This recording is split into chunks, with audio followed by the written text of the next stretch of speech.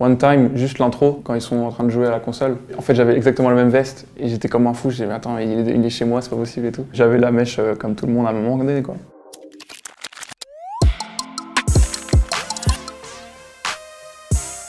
Salut, c'est Kaki pour Melty dans La Base et on va vous parler un peu des sons qu'on fait un peu à mon enfance et mes inspirations.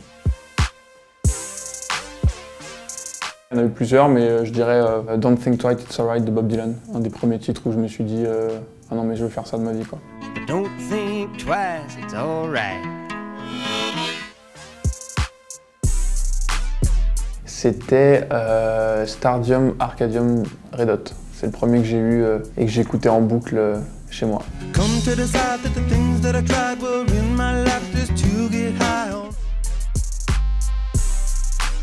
Mon premier concert, c'est Bob Dylan au Palais des Congrès. Pour mon anniversaire, j'avais 11 ans. Il n'était pas la meilleure sa forme, mais c'était cool. D'ailleurs, j'ai une petite anecdote. Dans la file d'attente, il y avait Charles Aznavour qui a laissé passer ma mère. On était juste derrière lui et il nous a laissé passer, le grand Charles.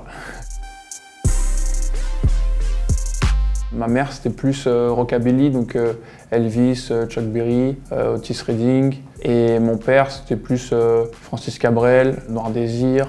Il y avait du Police aussi, beaucoup. J'ai noyé un peu dans plein d'univers différents, donc ça, c'est cool.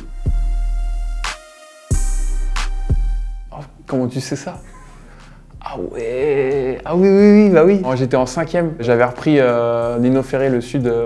En fait, on devait faire une poésie. Et moi, j'ai pris une chanson, je l'ai chantée devant tout le monde et elle m'a mis 18. Putain, c'est bien joué. Le Livre de la Jungle. C'est un des premiers titres, je crois que j'ai écouté et que je chantais en boucle. Il en faut peu pour... Il en faut peu pour être heureux, vraiment très peu pour être heureux.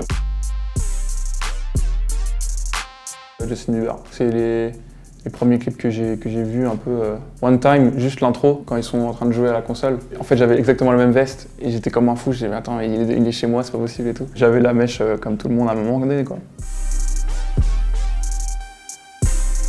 Je dirais plus un concert, mais le MTV de Nirvana.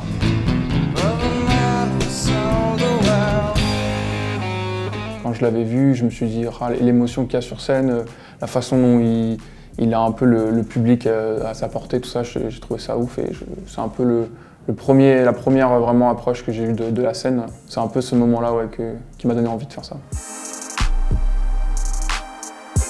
C'est un titre que j'écoutais beaucoup en boucle, qu'on m'avait donné, j'étais en 5e, 4e. The Noise Bleed Section. C'est le premier titre rap que j'ai écouté, je crois. Et je l'écoutais en boucle, au skatepark, tout ça, je me rappelle. Je le ferai dans l'Upside Down comme Eddie, là. Je veux pas spoiler, mais voilà. Berceuse.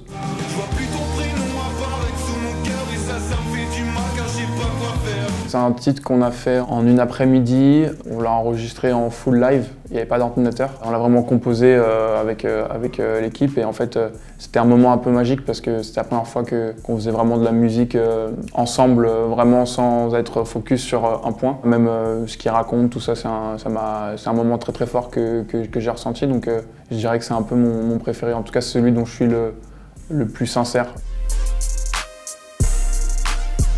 Le son là, putain, je l'écoute même pas parce que du coup je l'aime pas. Blinding Light de The Weeknd. Je sais pas, j'arrive pas à l'écouter. J'aime pas ce son, je comprends pas pourquoi il y a eu cet engouement, tout ça, donc voilà, je dirais celui-là.